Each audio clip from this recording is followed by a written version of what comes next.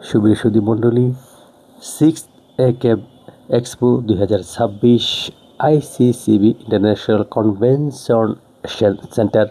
300 feet বসুন্ধরায় শেষ হয়ে গেল আজকে, অর্থাৎ আজকে তৃতীয়তম দিন। এই দিনে কিন্তু বিভিন্ন ধরনের বিভিন্ন দেশ থেকে কিন্তু কনসালটেন্ট এসছেন, এসে কিন্তু তারা বিভিন্ন অ্যানিমেল বা গবাদি পশু কিংবা পোলট্রির বিভিন্ন ধরনের ভ্যাকসিন, ঔষধ কীভাবে প্রয়োগ করতে হবে এবং কীভাবে যদি আমরা প্রয়োগ করি এবং সেখানে ফলপ্রসূ হবে এবং বাচ্চা বা চিক্স বা যে মুরগিগুলো রয়েছে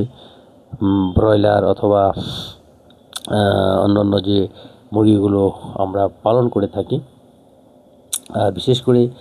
যে গবাদি পশু রয়েছে গাভী অথবা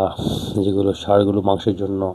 করা হয় বা দুধের জন্য করা হয়, তাদের ওষুধগুলো কীভাবে দিলে, কীভাবে প্রয়োগ করলে কোন জাতীয় ভ্যাকসিন দেওয়া যায়, কোন জাতীয় ভিটামিন দেওয়া যায়, তো সেই জন্য কিন্তু তারা এই এক্সপোর আয়োজন করেছে এবং বিভিন্ন ডাক্তার কনসালটেন্ট যারা রয়েছেন তারা কিন্তু এখানে এসে তারা তাদের বিভিন্ন তৃণমূল পর্যায়ে যে সমস্ত প্রান্তিক খামারি রয়েছে অথবা যারা মার্কেটিংয়ে রয়েছে তাদেরকে বুঝিয়ে দিচ্ছেন যে কীভাবে এটাকে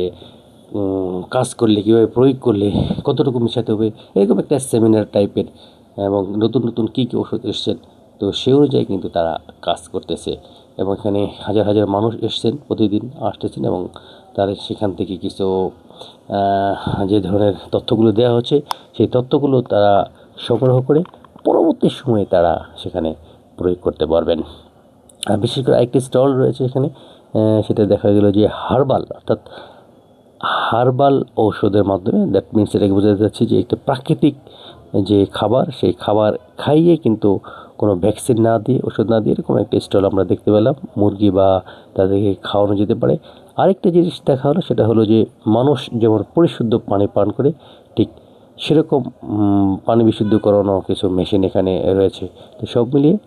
এই মেলাতে ফলপ্রসূ হয়েছে বলে আয়োজকরা জানিয়েছেন।